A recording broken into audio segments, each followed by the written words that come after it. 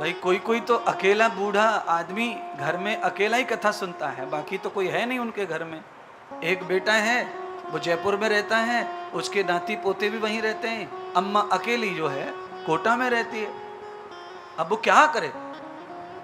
इसीलिए जिनको भी अकेलापन सता रहा है उनके लिए सत्संग से बढ़िया मेला दूसरा कोई नहीं है।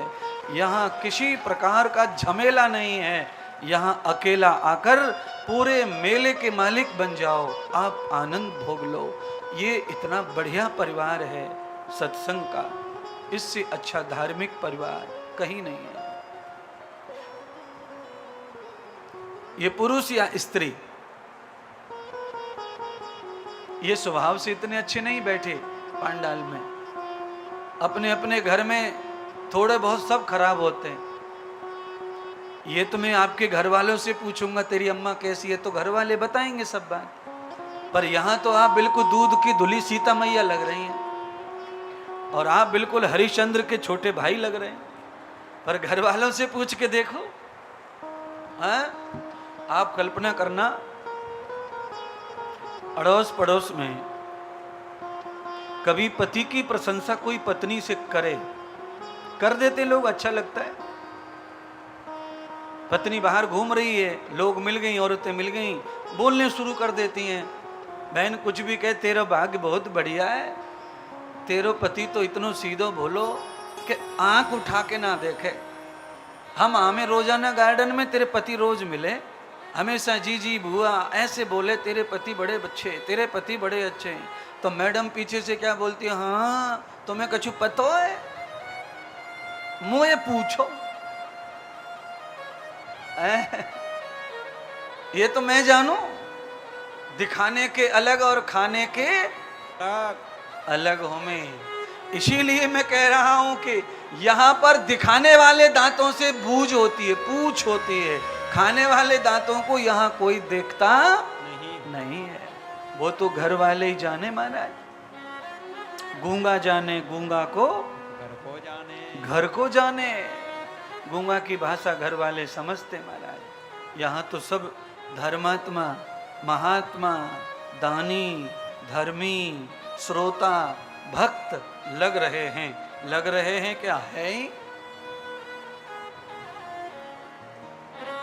अच्छा बोलो, गंगा नहाने जितने लोग जाते हैं वो अच्छे होते हैं कि बुरे?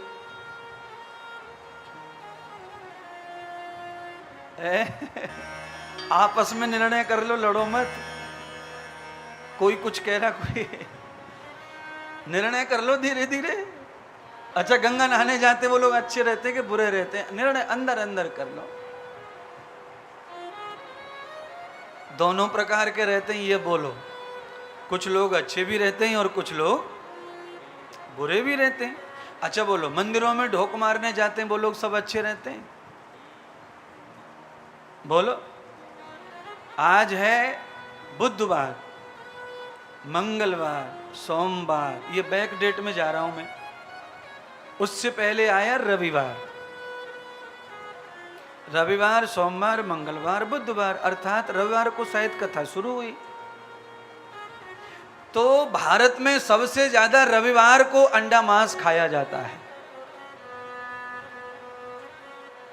और शाम को अंडा खाके, मांस खाके, सवेरे ब्रश करके, नहा के, लोटा भर के जल सोमवार को लोग चढ़ा के आते हैं। रविवार को खाते और सोमवार को भोले बाबा को पूजते हैं। अब बताओ ये अच्छे कि बुरे? अच्छा मेरी नजर में ये बुरे। ऐसे लोगों को भगवान के द्वार जाने की इजाजत नहीं है। ऐसे लोगों को भगवान को छूने की, भोग लगाने की इजाजत नहीं है। समस्या बहुत बड़ी है। अब इजाजत नहीं है तो मंदिर तो खाली हो जाएंगे। मंदिर में जो लोग पैसा लगा के बैठे वो तो भूखे मर जाएंगे, पंडे पुजारी वगैरह। वो ज्यादा इन बातों पे ध्यान नहीं देते। वो इस बात पे ध्यान देते हैं कि ज्यादा से ज्यादा भीड़ आए, ज्यादा से ज्यादा लोग आए, चाहे जैसे भी आए पर यहां आए।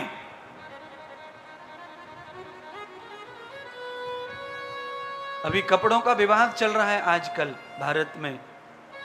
मंदिरों में आने के ऊपर कि बहन बेटी ऐसे कपड़े पहन के ना आए जो अशोभनीय हो। तो जिन जिन मंदिरों में ब्रेक लग गया उन मंदिरों में भक्तों की भीड़ कम हो गई। लोगों के पास में क्या है, पर्याय बहुत है। और ये मंदिर नहीं तो वो मंदिर, वो मंदिर नहीं तो वो मंदिर। जनता ने पूरे बाजार में, मार्केट में मंदिर मंदिर मंदिर मंदिर मंदिर मंदिर मंदिर मंदिर बना रखे हैं। अगर कोटा में एक मंदिर हो, जैसे कोटा में एक अदालत है, समझ लो, सरकारी एक बड़ा हॉस्पिटल है, एक ही नगर पालिका की महा ऑफिस है, बड़ी ऑफिस है, ऐसे एक ही मंदिर हो कोटा में, फिर आप जो शर्त रख दे सभी लोग मानेंगे, मंदिर आए बगैर रह नहीं सकते। पर हर गली में, हर मोहल्ले में, हर घर में, हर जगह मंदिर रहे, मैं नहीं विरोध कर रहा हूं, पर आप अगर सुधारवाद की बात करेंगे तो फिर मामला तुम्हारा मंदिर का गड़बड़ा जाएगा। अगर समाज को सुधारवाद में लाना है तो आपको कहीं न कहीं ऑप्शन, पर्याय रोकने पड़ेंगे। अगर आप पर्याय खुला रखेंगे तो समाज कभी सुधरने वाला नहीं है। अच्छा सुनो, मेरे पास में कैसी कैसी औरतें आती हैं मां के रूप में। 10-20 औरतें बैठी हैं, दर्शन करके बातें कर रही हैं। तब तक एक औरत रोने लग गई, गुरुदेव मेरे बच्चे को बचाओ, सुबह से पीता है, 4 बजे से उठते से दारू चाहिए, दिन भर दारू पीता है, दिन भर पीता है, दिन भर करता है, झगड़ा करता है, ऊधम करता है। 5 मिनट सब लोग सुनते रहते हैं। उसमें से दूसरी एक औरत बोलती है, इस मामले में तो गुरुजी हमारे बच्चे बड़े अच्छे हैं, हमारे बच्चों में तो कोई बुराई नहीं है, न कभी दारू को हाथ लगाया, न कभी अंडा को हाथ लगाया, न कभी मांस को हाथ लगाया, न कभी जुआ को हाथ लगाया। बस वो कभी कभी क्या है, वो ना मानते नहीं है, दांत में दर्द रहे तो गुटखा खा ले। पहले तो मम्मी ने मोहर लगा दी कि इस मामले में हमारे बच्चे बहुत अच्छे, और सब गिनती गिनाई अच्छाइयों की, दारू पीता नहीं है, फलाना करता नहीं है, ढिकाना करता नहीं है, बस कभी कभी गुटखा खाता है। अब आप ये बताओ, गुटखा बुराई है कि अच्छाई है? गुटखा बुराई है कि अच्छाई है? हाँ? बुराई।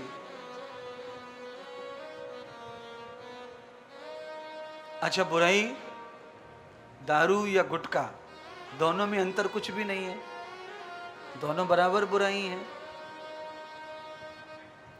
पर मम्मी ये बताना चाहती है कि मेरा दारू नहीं पीता,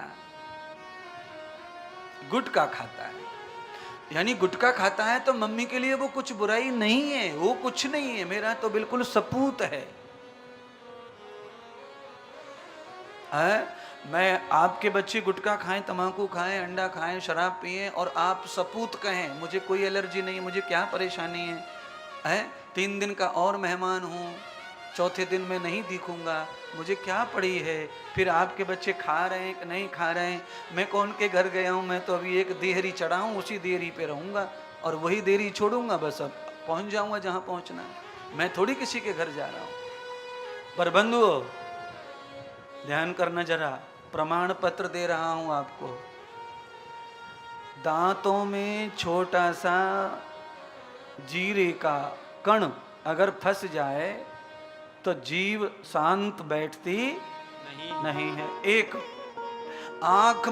आंख में छोटा सा कण चला जाए तो आंख को चैन पड़ता नहीं है। आंख में छोटा कण, जीभ में, दांत में छोटा कण फंस जाने से चैन नहीं पड़ता। ये छोटे छोटे तो है, कौन सी 3 किलो जीरा फंस गया थोड़ी है, जीरे का टुकड़ा फंसा है। कोई किसी ने मुट्ठी भर के मिर्ची नहीं डाल दी है, खाली मिर्ची का हाथ लग गया है। मिर्ची का हाथ लगने से आंख को तकलीफ भरपूर है।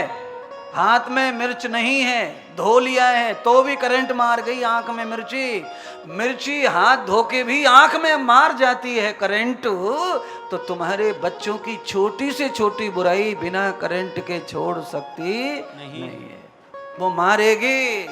आप ही चाहती रहो, आप खुश रहो, हमारा पीता नहीं, हमारा जुआ नहीं खेलता, पर 22 साल तम्बाकू खाते खाते जब सीधी साइड में गले में कैंसर डॉक्टर बताएंगे, तब पता चलेगा कि ये छोटी गलती कितना बड़ा परिणाम लेकर आई है, कितना बड़ा नुकसान लेकर आई है।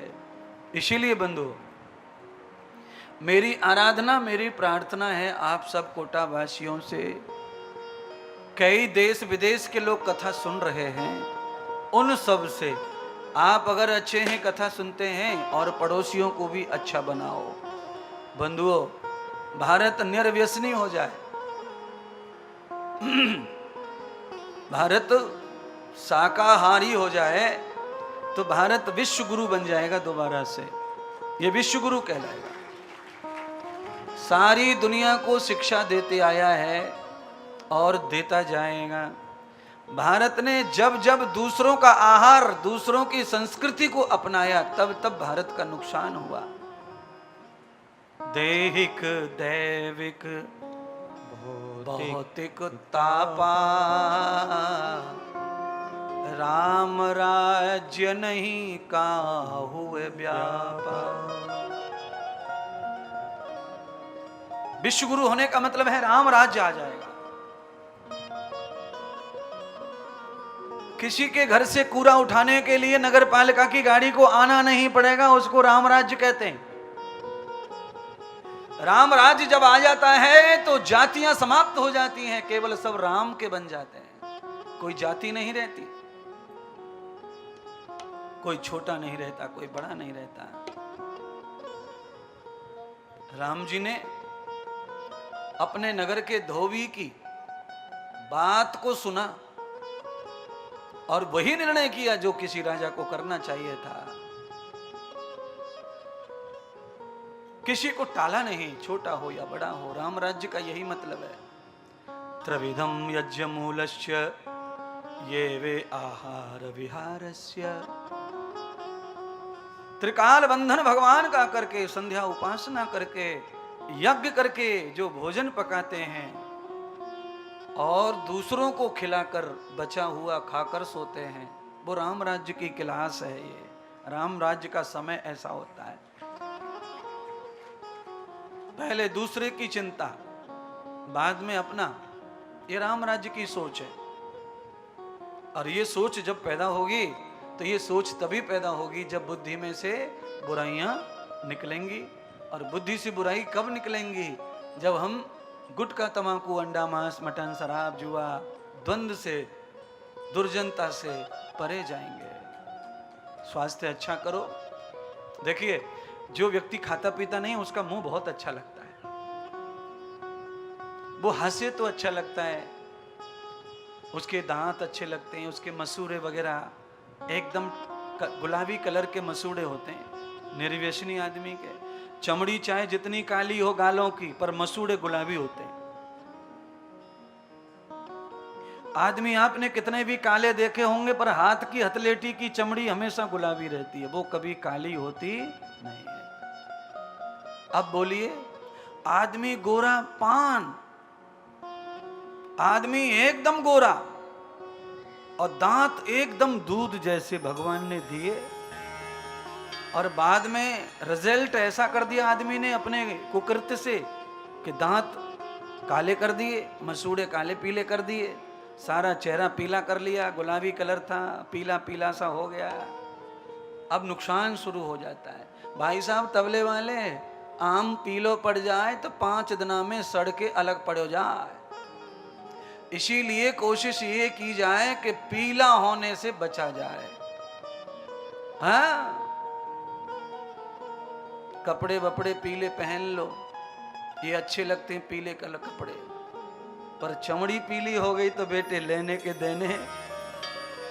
देने पड़ जाएंगे। हाँ, खरबूजा पक जाए तो ज्यादा दिन नहीं चलता, आम पक गया ज्यादा दिन नहीं चलता। और कच्चे आम को काट करके आप तेल में भिगो के रख दो, 10 साल नहीं खराब होगा। और पका आम आप काट के भुआ में घुसेड़ दो, कहीं कुछ नहीं बचने वाला, बिगड़ेगा। हेलो,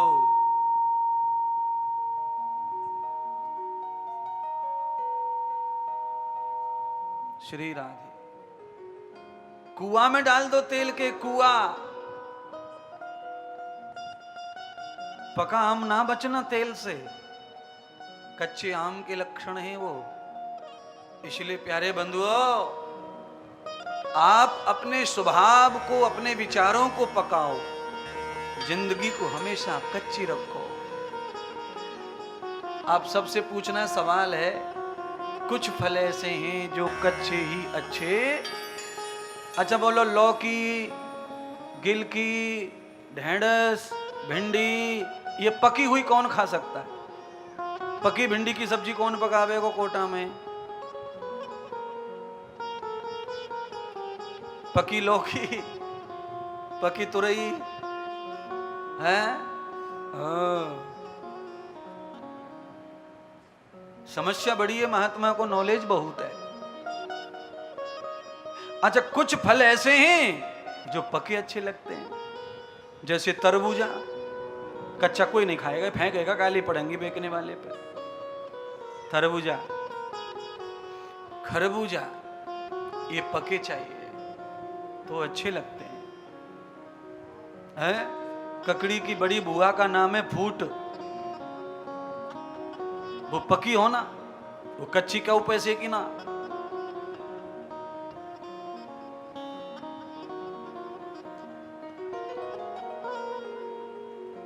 एक फल ऐसा है जो कच्चा और पक्का दोनों तरह से अच्छा लगता है, उसका नाम है आम।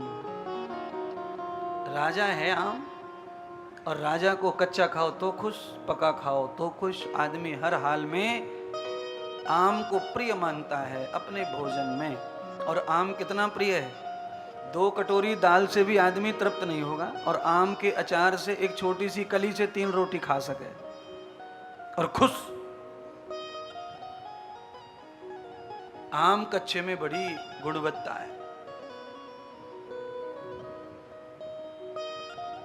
अच्छा बोलो, तरबूजे को देख के किसी की जीभ पे पानी आया आज तक? नहीं आया। और आम को देख के, आम देख लियो जाए। अचार के लिए कोई माताएं आम काटती हैं तो वो बगल में किसी को बैठने नहीं देती हैं। हेलो, अच्छा नजदीक रहना पड़ेगा ऐसा? तो बोर्ड लगाया था यहाँ पे, हमें क्या पता कि कौन से फार्मूला से चल रहे थे।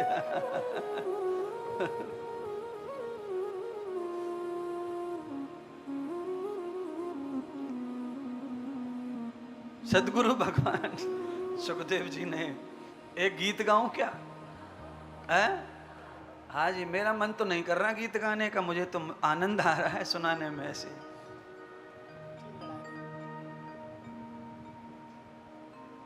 मैं व्याख्यान काफी मेहनत से कर रहा हूं समझाने के लिए, और उसी व्याख्यान में मैं एक छोटा सा उपदेश लाया हूं आपके लिए। वो आपको सावधान करेगा और आपको ये ज्ञान मिलेगा उस पंक्ति से कि हम कैसा जीवन जी रहे हैं और उसके परिणाम हम कैसे भोग रहे हैं, हम कैसा फल पा रहे हैं। ये हमारे घरों में ये दशा क्यों हो रही है, वो मैं भजन गा रहा हूं।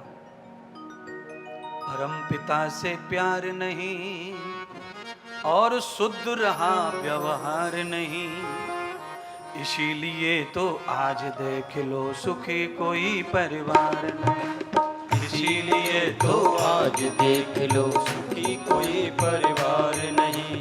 पिता से प्यार नहीं, शुद्ध रहा व्यवहार नहीं। परम पिता से प्यार नहीं, शुद्ध रहा व्यवहार नहीं, इसीलिए तो आज देख लो सुखी कोई परिवार नहीं। इसीलिए तो आज देख लो सुखी कोई परिवार नहीं। इसीलिए तो आज देख लो सुखी कोई परिवार नहीं।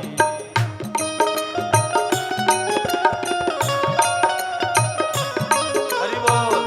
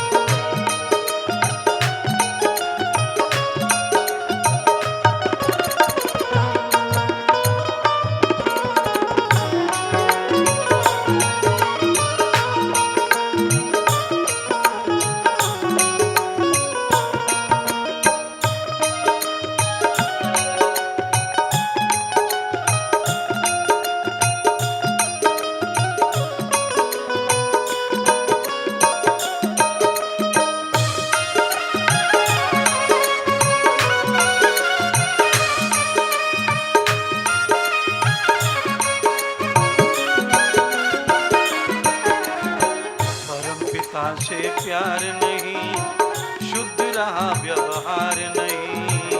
परम पिता से प्यार नहीं, शुद्ध रहा व्यवहार नहीं। भाई साहब मंदिरों में 50% पुजारी भी तंबाकू खाते हैं। और मुझे तो ये शर्म लगती है कि वो भोग कैसे रखते हैं भगवान को हाथों से। पान मसाला,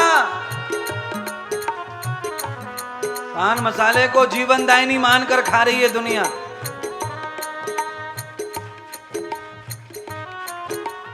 अब जिस देश में धर्म का ज्ञान देने वाले धर्माचार्य भी गुटखा तंबाकू खाएं तो क्या होगा समाज का, क्या होगा सनातन हिंदू का। इसीलिए बंधुओं, आप जहां भी जिस मंदिर में पूजा पाठ करते हैं, भगवान को निलाते दुलाते वस्त्र बदलते हैं तो अपना भी ख्याल रखो। कर्म का फल अगर सबको भोगना है तो कर्म का फल पुजारी को भी भोगना पड़ेगा। परम पिता से प्यार नहीं, शुद्ध रहा व्यवहार नहीं। परम पिता से प्यार नहीं, शुद्ध रहा व्यवहार नहीं। इसीलिए तो आज देख लो सुखी कोई परिवार नहीं। इसीलिए तो आज देख लो सुखी कोई परिवार नहीं। इसीलिए तो आज देख लो सुखी कोई परिवार नहीं। अन्न फूल फल मेवाओं को समय समय प्रभु देता है। अन्न फूल फल मेवाओं को समय समय प्रभु देता है। हाँ, समय समय प्रभु देता है। समय समय प्रभु देता है। भारत में 4 लोग मौसम बताते हैं, ऋतुएं 6, मौसम 4। भगवान की दया देखो हमारे प्रति, हमें कितना चाहते हैं भगवान। जैसे ही ठंड आने लगती है भगवान उससे पहले बाजरा पैदा करके किसान के घर में भेज देते हैं, बेटे बाजरा खा ले ठंड ना लगेगी तो को। जैसे ही गर्मी आती है मार्च के पहले गेहूं आ जाता है, बेटे सताएगी नहीं गर्मी, गेहूं की रोटी खानी है। हर मौसम में सब्जी अलग, अन्न अलग, सब कुछ अलग। और ये मांस खाने वालों से पूछो, जनवरी वालों मांस कौन सा, जून को मांस कौन सा है।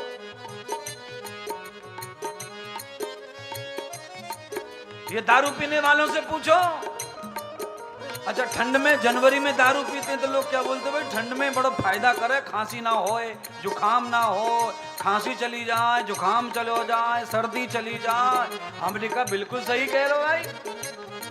जुकाम चला गया हमने देखा, खांसी चली गई हमने देखा, आदमी के कब खांसी बंद हो गई आराम से, कोई बड़ी बात नहीं है महाराज। खांसी गई तो गई, सर्दी गई तो गई, सर्दी गई तो क्या बड़ी बात है, खांसी गई तो क्या बड़ी बात है। हमने जहां जन्म लिया वहां कई लोगों के खेत चले गए दारू पी के। जब खेत चले गए तो खांसी जाने में क्या देर लगती दारू से। खांसी के बहाने, सर्दी के बहाने मत पियो। जरा भजन को सुनो। अन्न फूल फल मेवाओं को समय समय प्रभु देता है। समय समय प्रभु देता है। हाँ, समय समय प्रभु देता है। समय समय प्रभु देता है। समय समय प्रभु देता है। हाँ भाई तंबाकू वालों, कौन से मौसम में कौन सी खानी चाहिए, किधर देख रहे हैं, एक दूसरे को मत देखो। मैंने जो देखा उधर कह दिया। अब छोड़ देगा तो बढ़िया है, नहीं तो फिर अगले 3 साल में तो ऑपरेशन होना ही गलत गा लगो।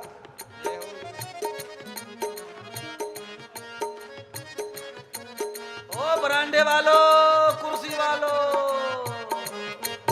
तंबाकू गुटखा बीड़ी पे कथा चल रही है, जरा सावधान होकर। जैसे मटक रहे हो कुर्सी पर वैसे दिखाना है घर जाके, ले छोड़ दिया मम्मी, ले पत्नी छोड़ दिया तंबाकू, अब नहीं खाएंगे। महात्मा इंद्रदेव ने समझाया है, अधिक मास चल रहा है, संकल्प ले लिया। अन्न फूल फल मेवाओं को समय समय प्रभु देता है। समय समय प्रभु देता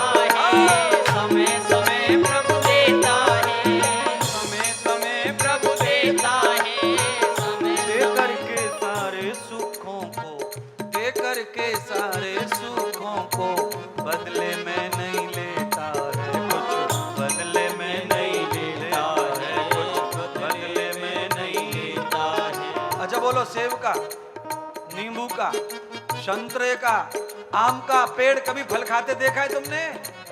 सारे फल कौन खावे? इंसान खा रहा है, पक्षी खा रहे हैं। ये है भगवान की दया। और मांस वाले की दुकान पे जाके फ्री में लेके बताओ, अंडा जैसी गंदी चीज भी फ्री में नहीं मिल रही है। मुर्गे का लेटरिन भी फ्री में नहीं है।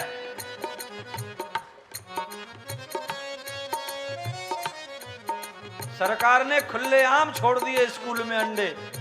अब बताओ अंडे खा के ये बच्चे क्या बनेंगे? सरकार से मैं पूछना चाहता हूं। कहा पोषक आहार, पोषक आहार। पोषक आहार तो सुअर से पूछ लो क्या खाता है। पोषक आहार तो असली वो है। सतर हो रहा है सुअर। आज तक भाई साहब सुअर आपने शर्मा जी थका हुआ नहीं देखा होगा, लेटरिन खाता है। तो असली पोषक आहार तो हमारे पेट में से रोज निकले।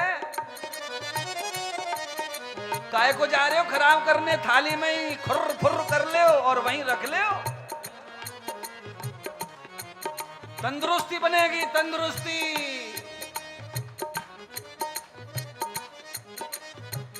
शर्म ना रही लोगों को। आदमी इतना बेचैन बिगड़ा हुआ है क्या कहना। दे करके सारे सुखों को बदले में नहीं लेता है, कुछ बदले में नहीं लेता है प्रभु, बदले में नहीं लेता है प्रभु। ऐसे दयालु प्रभु को पाकर, ऐसे दयालु प्रभु को पाकर, करता तनक विचार नहीं, करता तनक विचार नहीं। इसीलिए तो आज देख लो सुखी कोई परिवार नहीं, इसीलिए तो आज देख लो सुखी कोई परिवार नहीं, इसीलिए तो आज देख लो सुखी कोई परिवार नहीं, इसीलिए तो आज देख लो सुखी कोई परिवार नहीं। परम पिता से प्यार नहीं, दूसरा व्यवहार नहीं, परम पिता से प्यार नहीं, दूसरा व्यवहार नहीं। इसीलिए तो आज देख लो सुखी कोई परिवार नहीं, इसीलिए तो आज देख लो सुखी कोई परिवार नहीं, इसीलिए तो आज देख लो सुखी कोई परिवार नहीं, इसीलिए तो आज देख लो सुखी कोई परिवार नहीं। आप सब लोगों में से मैं एक सुखी आदमी ढूंढना चाहता हूं।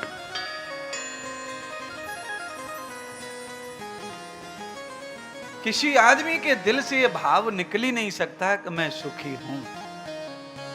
अब बताओ, है कि नहीं तुम नाटकी झूठे आदमी? कैसे बन ठन के घूम रहे सुखी और है नहीं सुखी बिल्कुल।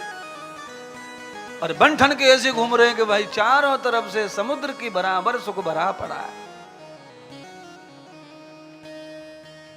ये दुख आया कैसे? सदैव नहीं रहता कुछ। भगवान कहते हैं राजा परीक्षित,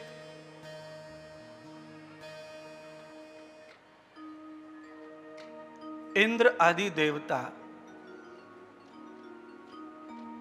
पिता की संपत्ति के मालिक बने, यानी कि देवों ने जन्म लिया अदिति के गर्भ से।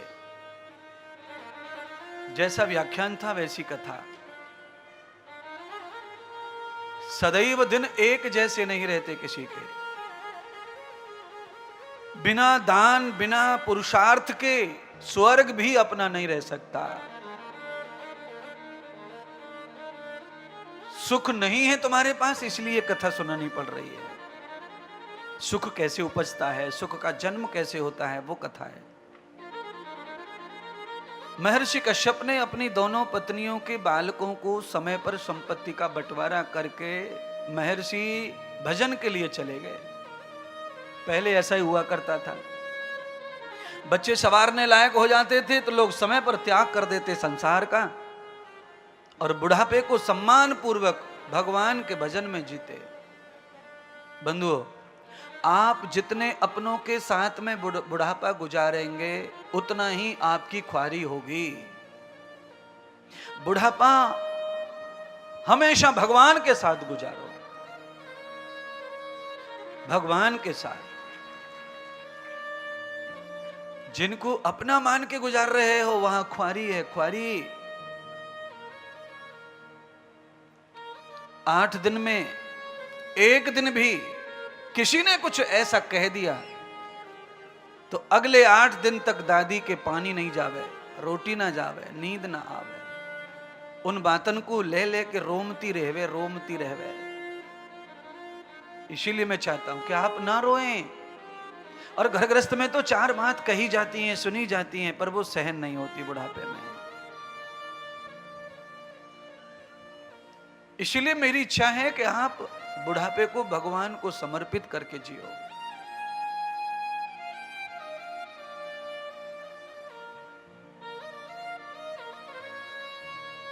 देवताओं को स्वर्ग मिला हिस्से में, और दिति के पुत्र दैत्य हैं, राक्षस हैं, उन्हें पाताल का लोक मिला। भूगोल की दृष्टि से, पुराणों की दृष्टि से पाताल लोक कहते हैं अमेरिका, इंग्लैंड, कनाडा आदि को।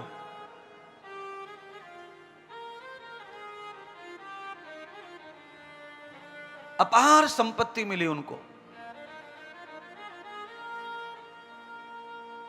पर शास्त्र कहता है संस्कारहीनो न पुनन्तु वेदः। संस्कारहीन आदमी को कितना भी धन दे दो वो उसके कभी काम आने वाला नहीं है। इसलिए राजस्थान में एक कहावत है, पूत कपूत तुका धन संचय, पूत सपूत तुका धन संचय। कपूत के लिए भी धन और सपूत के लिए भी धन की जरूरत नहीं है। कपूत धन का नाश करेगा और सपूत को धन चाहिए नहीं। इसीलिए वेद कह रहा है संस्कारहीनो न पुनन्तु वेदः। वेद भी, वेद के बड़े बड़े मंत्र भी, बड़ी बड़ी यज्ञ अनुष्ठान, गंगा यमुना कावेरी का स्नान, व्रत उपवास, यह भी पवित्र नहीं कर सकते उसे जिसका संस्कार अच्छा नहीं है। संस्कार जिनके अच्छे हैं उनके जीवन में गलतियां हो जाती हैं, उनको तीज त्योहार पर्व, गंगा यमुना पूजा पाठ सब पवित्र कर देते हैं। पर जिनके संस्कार खत्म हो गए उन्हें कोई पवित्र नहीं कर सकता। बंधुओं, जिन्हें स्वर्ग मिला हो, जिन्हें खजाने मिले हों, कुबेर जैसी मालकी मिली हो, और वो भीख मांग रहे हों धरती लोक पर, तो कितनी बड़ी बात हो जाती है। आज सब देवता धरती पर भिक्षा मांग रहे हैं। गरीबी कैसे आ गई? क्योंकि भक्त प्रहलाद, नरसिंह भगवान अवतार लेकर प्रहलाद की भक्ति से प्रसन्न होकर उन्हें वर दे गए थे कि हे वत्स, तेरे पितरों का तो कल्याण हो गया, अब तेरे पोतों का भी कल्याण होगा। तेरी भक्ति के कारण मैं वर दे रहा हूं कि तेरे वंश में 3री पीढ़ी में मेरा आगमन होगा पुनः। प्रहलाद के पुत्र के रूप में विरोचन का जन्म हुआ, और विरोचन के घर में पुत्र के रूप में राजा बलि का जन्म हुआ। त्रिविधो दानम न यज्ञ भूयस्य ब्राह्मणो गति। राक्षस कुल में एक ऐसा बालक पैदा हुआ भगवान के वरदान से कि वो दैत्यों में देवताओं के समान दानी, धर्मात्मा, यज्ञ करता और ब्रह्म पूजक। यहां जाति धर्म दोनों समझ लो आप। देवता धरती पर भीख मांग रहे हैं, जिन्हें स्वर्ग प्राप्त हो गया। वो भीख इसलिए मांग रहे हैं क्योंकि उनके पुण्यों से उन्हें संपत्ति पितरों की, माता पिता की, दादा दादी की प्राप्त हुई, और राक्षस स्वर्ग में जाके राजगद्दी इसलिए भोग रहे हैं क्योंकि उन्होंने अपने कर्मों से यज्ञ दान करके स्वर्ग की गद्दी को जीत लिया। वो मैं आपको बताना चाहता हूं। कुछ लोगों को माता पिता की प्रॉपर्टी बहुत सारी प्राप्त हो जाती है, ये पुण्य है, मिली, ये बहुत अच्छी बात है। पर उस संपत्ति को अगर तुमने भोगा, उस संपत्ति को अगर तुमने सत्कर्म में दान नहीं किया, हवन नहीं किया, आचार्य भोजन नहीं कराया, दीन दुखियों की सेवा नहीं की उस संपत्ति से, तो आप लिख लेना पितरों की संपत्ति खत्म हो जाएगी और आप भिक्षा बन जाएंगे, भिखारी बन जाएंगे। अगर पुण्य से स्वर्ग मिलता है तो स्वर्ग को कायम रखने के लिए यज्ञ तप दान कथा भागवत करते रहना पड़ेगा। अगर आप ये नहीं करते हैं तो आपका स्वर्ग चला जाएगा। केवल इंद्रदेव कह रहे हैं ऐसा नहीं है, महात्मा गोस्वामी तुलसीदास भी कहते हैं स्वर्ग भी अंत देह दुखदाई, स्वर्ग भी अंत में दुख देने वाला ही बनता है, क्योंकि स्वर्ग में पुण्यों का खजाना जब खत्म हो जाता है तो स्वर्ग एकदम वहीं से पटक देता है और सीधा व्यक्ति नरक में आके गिरता है। इसीलिए पहले तो स्वर्ग की कामना ही मत करो, वो अच्छी चीज नहीं है। स्वर्ग में जाना अच्छा नहीं है, स्वर्ग की कामना करना भी अच्छा नहीं है। कामना ही पैदा हुई है दिल में तो कामना परमात्मा के चरणों की प्राप्ति की करो, भगवत चरण प्राप्त हो जाएं। हमें स्वर्ग नहीं चाहिए, नहीं चाहिए, नहीं चाहिए। क्यों नहीं चाहिए? आप कितना भी भयंकर परफ्यूम सेंट छिड़क लो, पर कुछ घंटे के बाद पसीने की बदबू के कारण सेंट टिकता नहीं है। जैसे सेंट पसीने की बदबू के कारण ज्यादा देर टिकता नहीं है, ऐसे ही तुम्हारा सुख ज्यादा देर टिकेगा नहीं, स्वर्ग टिकेगा नहीं। वो खुशबू थोड़ी देर की है, पुण्य थोड़ी देर के है।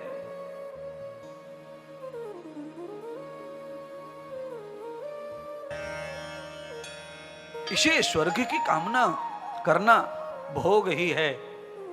कामना करनी है तो प्रभु प्राप्ति की, चरण प्राप्ति की, परमात्मा के चरणों के समर्पण की कामना करो। अरे भाई, कामना करने में समय गुजारना है, कामना करने में बुद्धि को व्यय करना है, कामना करने में मन को व्यय करना है, खर्च करना है, तो कामना अच्छी वाली होनी चाहिए। भोगस्य रूपम न तद्वेद कामम, वो कामना कैसी जिसमें भोग करना पड़े। और भोग तो भाई थोड़ी देर का सुख देता है। आप बढ़िया बढ़िया भोजन खा रहे हैं ना, तब सुख मिलता है, और बाद में उसी भोजन की डकार आ जाए तो पड़ोसी टिके ना है बगल में, ये ध्यान कर लेना। हाँ या ना तो बोल दो, देख लो, ये भोग का प्रभाव है। इसीलिए मेरी प्रार्थना है कि भोजन आप उतना कीजिए कि भूल से भी डकार नहीं आए। अच्छा, डकार कब नहीं आएगी तो उसका साइंस मेरे पास है। आपको भोजन की डकार कब नहीं आएगी? अगर आप अपने पेट में 5 जगह पर 5 जगह खाली हैं और उन 5 जगहों को बराबर रखें तो डकार कभी नहीं आएगी। अग्नि, जठराग्नि, जल, वायु, पृथ्वी, आकाश, इन 5 जगहों को बराबर रखो। अग्नि की जगह अग्नि रखो, वायु की जगह वायु रखो, आकाश माने खाली जगह की जगह खाली जगह रखो, पानी की जगह पानी रखो, और मिट्टी धरती की जगह धरती रखो। ये 5 तत्व शरीर में है तो पेट में है, ये 5 खाने अलग अलग हैं। आदमी जब पानी पी पी के खाता है तो आकाश को फुल भर देता है, फिर हवा की जगह फुल भर देता है, पानी की जगह फुल भर देता है। तो जगह जब शरीर में ठूस के भर लेता, पानी पी पी के डकोसता रोटियों को, तो फिर क्या करेगा पेट? बताओ। हवा की जगह में कोई रोटी भर दे, आप ही बताना। आपसे पूछ रहा हूं कमला, एक ही सवाल लास्ट और फर्स्ट है। अच्छा बोलो, जिस खिड़की में से हवा आती है घर में, अगर वो खिड़की बंद कर दी जाए तो क्या होएगा? हवा आना बंद हो जाएगा। तो कमरे में क्या होगा? फिर जी घुटेगा। बैठ जाओ, सवाल इतना ही बहुत है। तो खिड़कियां बंद हो गई हैं 4, और जैसे खिड़की बंद होती है फिर इधर उधर भागे पेट में से, हवा कहीं भाग रही है पानी की ओर, पानी हवा की ओर, आकाश मिट्टी की ओर, मिट्टी आकाश की ओर, फिर बम ब्लास्ट होते हैं पेट में, धड़ाम धुड़ूम पड़ाम पड़ूम।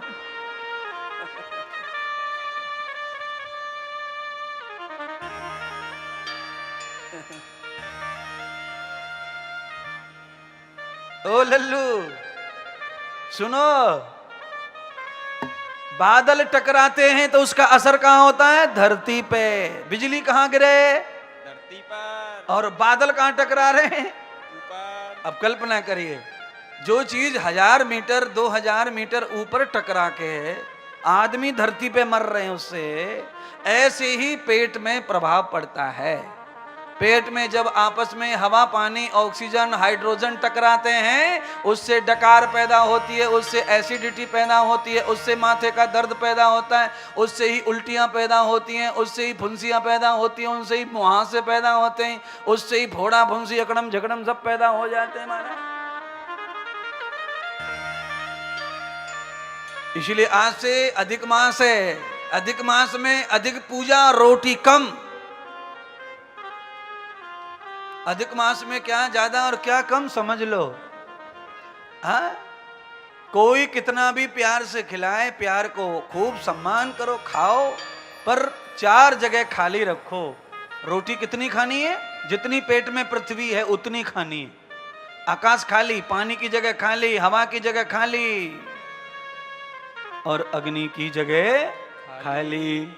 अच्छा बोलो, एक सवाल कृष्ण गोपाल जी आपसे है, गैस का चूल्हा जला करके उस पे बोरी भिगा के डाल दी जावे तो रोटी पकेंगी? रोटी ना पकेंगी। उसे कहते हैं जठराग्नि। अगर अग्नि जले और थोड़ा गैप रहवे, आकाश रहवे, खुला रहवे, ऊपर तवा रखो तो रोटी पक जाती है, पक जाएगी। इसीलिए गैस के चूल्हे पे, चूल्हे के ऊपर चारों तरफ एक जाली सी रहवे, उसके ऊपर भगोनी रखो, तवा रखो, हवा खेल रही है, खाली जगह मिल रही है तो बढ़िया अग्नि लग रही है, भोजन पच रहा है, आनंद आ रहा है, रख दो, पका के बता देना, मेरा चैलेंज है। वो जाली सी उसको निकाल दो और सूदा बोहेंड्री सी जो रहवे उस पर टेक दो भगोनी को, देखो भभक भभक करके गैस बंद होके चुप चुप पड़ जाएगी कोने में। तो तुम्हारी गैस जो है वो बंद हो जावे, फिर वो सुसरी कहीं के मारे कहीं निकले, आवाज करे दुनिया भर की, पागल बना दे सबन को। मैं नहीं चाहता ऐसा। मैं ये चाहता हूं कि हवा की तरह हवा आए और जाए, शरीर में बदबू नहीं आनी चाहिए। अगर आप हवा की जगह खाली छोड़ देंगे, पेट में कम खाएंगे तो बढ़िया हवा निकलेगी, बढ़िया हवा आएगी, हवा जाएगी। और आपने ठूस भर दी, और ठूस के पानी की हवा की जगह। शर्मा शर्मा के मत हंसो, कोई बात हंसी की तो है ना, विज्ञान की बात है ये सब। आपको ये नहीं समझना है कि महात्मा कथा ही सुनावे। महात्मा अंदर से बाहर से सब तरफ से ट्रीटमेंट करता है। हवा पानी अग्नि वायु आकाश, इनको जो साध लेता है वो हमेशा सुंदर बना रहता है, सुशोभित बना रहता है।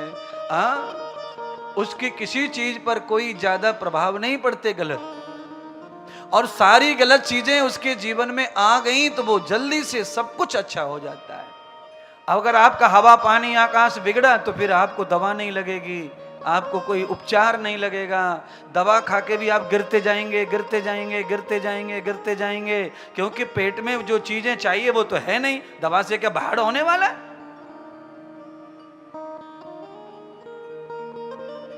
बहन और भाइयों, दवा से सब कुछ नहीं होगा।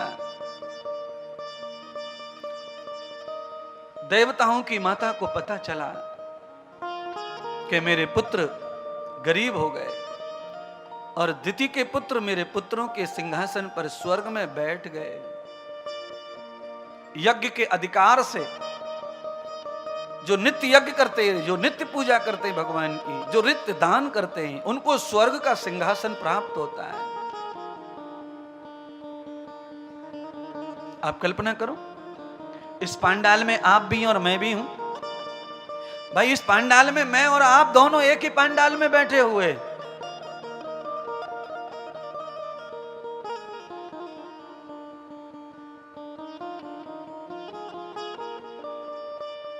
एक ही पांडाल में बैठे हम सब।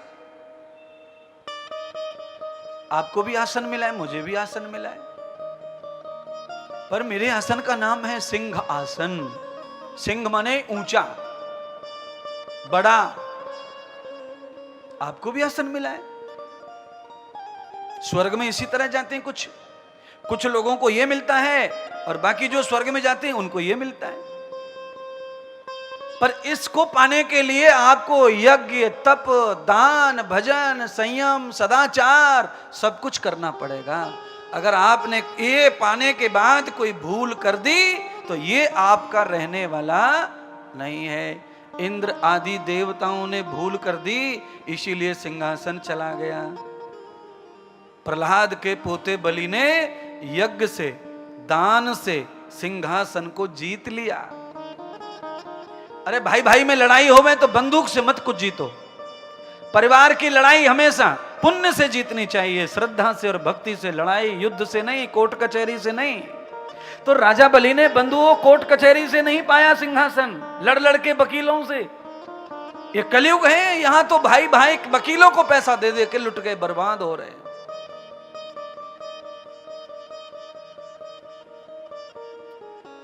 मेरा मतलब यह है कि बड़े भाई ने सब दबा लिया, छोटे को कुछ नहीं मिला, तो कोर्ट जाने की जरूरत नहीं है।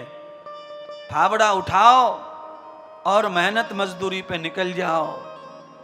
जिसने सब ले लिया है उसका सब चला जाएगा अगले 11 साल में, और फावड़े से तेरे पास कुछ नहीं था, तेरे पास सब आ जाएगा। संतोष करो, परमात्मा पर विश्वास करो और अचल हो के धर्म का पालन करो, युद्ध मत लड़ो।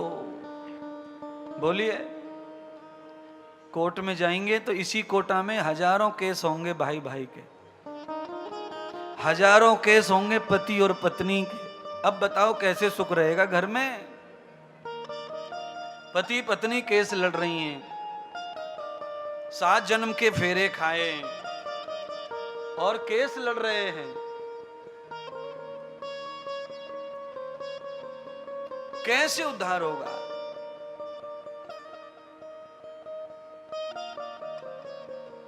पुरुषार्थ करो, मेहनत करो। मेरे पिताजी का मैंने 1 रुपया नहीं लिया है।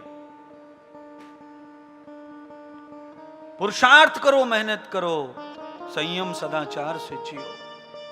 आप खड़ा कर लोगे संसार अपना, इतना खड़ा कर लोगे कि आप दुनिया को बसा लोगे, दुनिया को खिला दोगे, दुनिया को बांट दोगे, तो भी आपका बढ़ेगा, कम नहीं होगा। इसीलिए उस पुरुषार्थ की ओर निकलिए, उस पुरुषार्थ की तरफ जाइए। लड़ाई मत लड़िए। अच्छा, लड़ाई लड़के क्या करेंगे महाराज? एक घर है, 3 बीघा खेत है, उसमें लड़ाई लड़के करेंगे क्या? लड़ लो, खोपड़ा फोड़ दो, 3-4 लाख रुपए में सिलटे ना 302 बन जाए तो 10-20 लाख रुपए के बाद भी 6 महीने तो जेल जाना ही पड़ जाए। 307 बन गई तो सुलझती नहीं है, गवाह मौजूद रहते, खोपड़ी फटने वाला, उनको गवाह की भी जरूरत नहीं पड़ती। खोपड़ी को टांके लग गए, मतलब टांका और डॉक्टर गवाह हो गया, जीवन भर के चलते रहते हैं। क्या करोगे ऐसी संपत्ति का? तो राजस्थान के लोग कहते हैं, ऐसा सोना किस काम का जो कान को सड़ावे। इसीलिए एक दिन भूखा रहना पसंद करो, पर रोटी के लिए लड़नी अच्छी बात नहीं है। आपने कभी कुत्तों को भी लड़ते देखा होगा, भोजन के पीछे, खाने के पीछे। हाँ, खाने के पीछे कुत्ते लड़ते हैं ना, तो किसी के मुंह में रोटी नहीं पड़ती, रोटी मिट्टी में मिल जाती है और सबके मुंह फट जाते हैं, खून बहने लगता है सब कुत्तों के। अगर वो कुत्ते उसे संतोषपूर्वक खाते तो आज 2 कुत्तों को शांति से पेट भर जाता, 2 व्रत कर लेते, उन्हें कल प्राप्त हो जाता। पर सबर नहीं है ना, इसीलिए तो कुत्ता है। तो जिसमें सब्र की कमी, संतोष की कमी है, जिसमें विश्वास और श्रद्धा की कमी है, वो उसी जाति का है, उससे और दूसरी जाति उसे कोई कही जा सकती नहीं है। आपको क्या लगता है मनुष्य के कपड़े में, मनुष्य के शरीर में कोई मनुष्य ही है? ऐसा नहीं है। रावण क्या था साधु के भेष में? रावण क्या था साधु के भेष में? आपको क्या लगता है जाति के हिसाब से सब महान होते हैं? रावण क्या था जाति के हिसाब से? बस समझ लो, जो महान होता है उसे जाति का मोहताज होना पड़ता है। जो महान होते हैं उन्हें किसी वर्ण का मोहताज नहीं होना पड़ता है। जो महान होते हैं उन्हें किसी चोले को धारण करने का मोहताज नहीं होता है। वो महान तो महान नहीं होते हैं।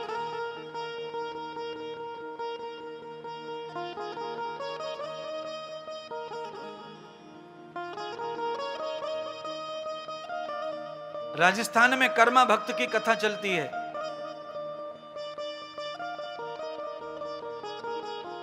भक्त होने के लिए, भगवान का बनने के लिए किसी जाति वर्ण व्यवस्था की जरूरत नहीं है। अच्छा बोलो, सबरी कौन सी जाति की थी? अच्छा विदुर जी कौन सी जाति के थे? आप समझ गए, भगवान का बनने के लिए किसी भी वर्ण में या जाति में पैदा होने की जरूरत, जहां भगवान हमें भेज दे कर्म अनुसार, हमें वहीं से अपने आप को खड़ा कर सकते हैं, वहीं से बड़ा कर सकते हैं, वहीं से महान बना सकते हैं। भारत को छोड़ दो, पूरी दुनिया में कहीं नहीं चलती है जाति। भारत को छोड़ के पूरी दुनिया में कहीं नहीं चलती है वर्ण व्यवस्था। इसलिए दुनिया आगे बढ़ी चली जा रही है। और जाति पाति वर्ण में जो बट गए वो आपस में ही लड़ लड़ के खत्म होते रहेंगे, कभी आगे नहीं जा पाएंगे। इसीलिए कर्म की व्यवस्था को चुनिए,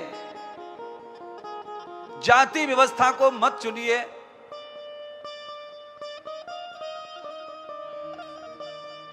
आप सबकी क्या जाति है? मानव जाति। बोलिए, मानव जाति। जब एक ही जाति है तो फिर काहे को अलग अलग जातियों में बट करके अपने कुनवा को छोटा कर रहे हो? सब फायदा उठाते हैं। अंग्रेज आए तो उन्होंने फायदा उठाया जातियों का। मुगल आए, मुगल सिकंदर आया, गौरी गजनी आए, उन्होंने जातियों का ही फायदा उठाया। आपस में लड़वा लड़वा के, आपस में खरीद खरीद के टुकड़ियों में शासन कर गए और हमें बर्बाद कर गए। इसलिए बंधुओं, मेरी भावना समझो, मैं आपको क्या बताना चाह रहा हूं। मैं ये बताना चाह रहा हूं कि जाति और वर्ण की झगड़े छोड़ करके आप मानवता के प्रचार में लगो, संसार में संस्कार के प्रचार में लगो, भगवान राम और कृष्ण के प्रचार में लगो। तब देखो विकास कैसा होता है, उन्नति कैसी होती है। लेकिन परंतु अगर मगर सब खत्म हो जाएगा तो केवल एक ही राह बचेगी। वो क्या है? बढ़े चलो, बढ़े चलो, बढ़े चलो, बढ़े चलो। अगर मगर लेकिन परंतु में पड़े रहेंगे तो कभी बढ़ नहीं पाओगे, हमेशा कम पड़ेगा। जीवन सबको गले से लगाते चलो।